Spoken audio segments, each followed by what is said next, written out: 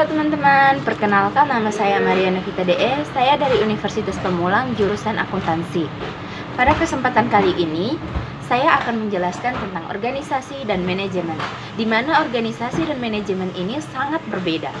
Nah, teman-teman harus tahu bahwa organisasi adalah bisa diartikan sebagai perkumpulan orang-orang yang secara sengaja untuk mencapai tujuan tertentu. Nah, bisa kita lihat dalam berorganisasi, yaitu OSIS. Kita menghimpun siswa dari berbagai kelas untuk kita jadikan anggota OSIS demi melancarkan kegiatan yang ada di sekolah. Organisasi juga memiliki banyak manfaat, teman-teman. Yang pertama, organisasi dapat mengubah kehidupan masyarakat, di mana kita bisa mengamati masyarakat-masyarakat yang mengikuti organisasi, kehidupan mereka akan jauh lebih baik. Nah, yang kedua, organisasi dapat mencapai tujuan tertentu. Dengan berorganisasi, kita bisa mencapai tujuan yang lebih efektif dan juga efisien. Yang ketiga, organisasi menawarkan karir. Nah, gimana sih organisasi menawarkan karir? Nah, teman-teman harus tahu bahwa dengan berorganisasi, kita akan semakin banyak relasi, semakin banyak teman. Dengan semakin banyak teman, peluang kita untuk mendapatkan pekerjaan itu semakin besar, semakin luas. Nah, dengan begitu, semakin kita bekerja, peluang karir kita itu akan semakin berkembang. Yang keempat, organisasi sebagai cagar ilmu pengetahuan, di mana dengan kita berorganisasi, dengan menambah ilmu pengetahuan, berarti kita semakin belajar. Semakin kita belajar, ilmu pengetahuan kita akan semakin berkembang. Nah, semakin banyak ilmu pengetahuan kita, tentunya kita tidak mungkin bisa sendiri. Dengan ilmu pengetahuan kita bisa berbagi ke sesama. Nah, di sini bisa kita tahu bahwa organisasi itu sangat penting dalam cagar ilmu pengetahuan. Nah, teman-teman, sekarang kita masuk pada ilmu manajemen. Istilah manajemen ini mengacu pada satu proses yang mengkoordinasikan atau mengintegrasikan suatu kegiatan-kegiatan kerja agar dilaksanakan secara efektif dan efisien dengan melalui orang-orang atau orang lain. Proses ini menggambarkan fungsi yang berjalan terus atau kegiatan-kegiatan yang dilakukan oleh seorang manajemen atau seorang atasan kita maksudnya. Fungsi tersebut biasa disebut dengan merencanakan, mengorganisasi, mengkoordinasi, dan mengendalikan. Nah, teman-teman, sekarang kita masuk ke efisiensi dan efisien manajemen. Nah, dari organisasi dan manajemen dibagi lagi. Tujuan belajar kita yaitu efisien dan efisiensi manajemen, di mana efisiensi merupakan bagian terpenting dalam satu manajemen. Efisiensi ini mengacu pada hubungan antara keluar dan masuk. Menurut seorang para ahli, bahwa efisiensi berarti mengerjakan sesuatu dengan benar, sedangkan efektif mengerjakan sesuatu yang benar.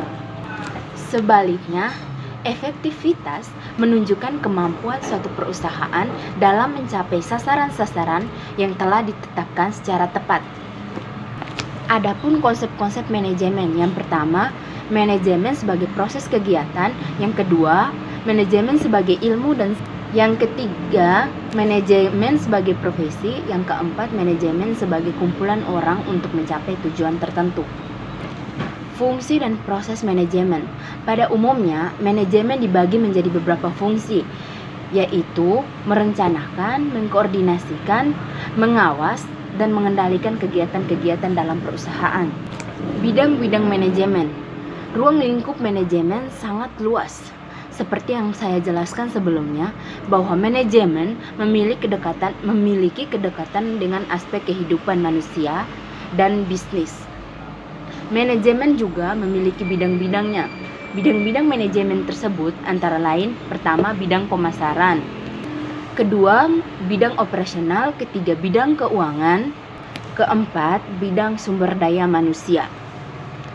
Nah, teman-teman, kali ini saya akan menjelaskan tentang tingkat-tingkatan manajemen. Manajemen akan melakukan kegiatannya dengan baik dan bertanggung jawab, serta kapasitas yang lebih berat atau berbeda-beda dengan yang lainnya. Manajemen dapat dikelompokkan menurut tingkat dan fungsi-fungsi manajemen tertentu. Kelompokan manajemen yang pertama yaitu top management. Top management bertanggung jawab terhadap perusahaan secara keseluruhan. Tugas mereka adalah menetapkan tujuan strategi dan kebijakan perusahaan secara umum yang kemudian diterjemahkan lebih spesifik oleh manajemen bawahannya. Yang kedua yaitu middle management. Tugas middle management adalah mengawasi beberapa unit kerja untuk menerapkan rencana sesuai dengan ketentuan dari tingkatan yang lebih tinggi. Selanjutnya mereka akan melaporkan hasil kepada top management.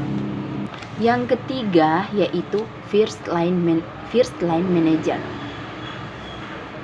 First line manager merupakan tingkatan yang paling bawah dalam suatu organisasi yang memimpin dan mengawas tenaga-tenaga operasional. Sebutan lain adalah jabatan ini antara lain seperti supervisor, kepala departemen atau mandor. Nah, teman-teman, manajer juga memiliki berbagai keterampilan. Yang pertama, keterampilan teknis, yang kedua, keterampilan kemanusiaan, yang ketiga, keterampilan konseptual. Pada akhirnya, setiap manajer harus memiliki konseptual yang luas untuk melihat peluang dari berbagai sistem untuk memecahkan suatu permasalahan yang ada dalam sebuah perusahaan. Nah, teman-teman, sekian penjelasan dari saya. Mungkin itu aja penjelasan dari saya. Mohon maaf jika ada salah kata. Sekian dan terima kasih.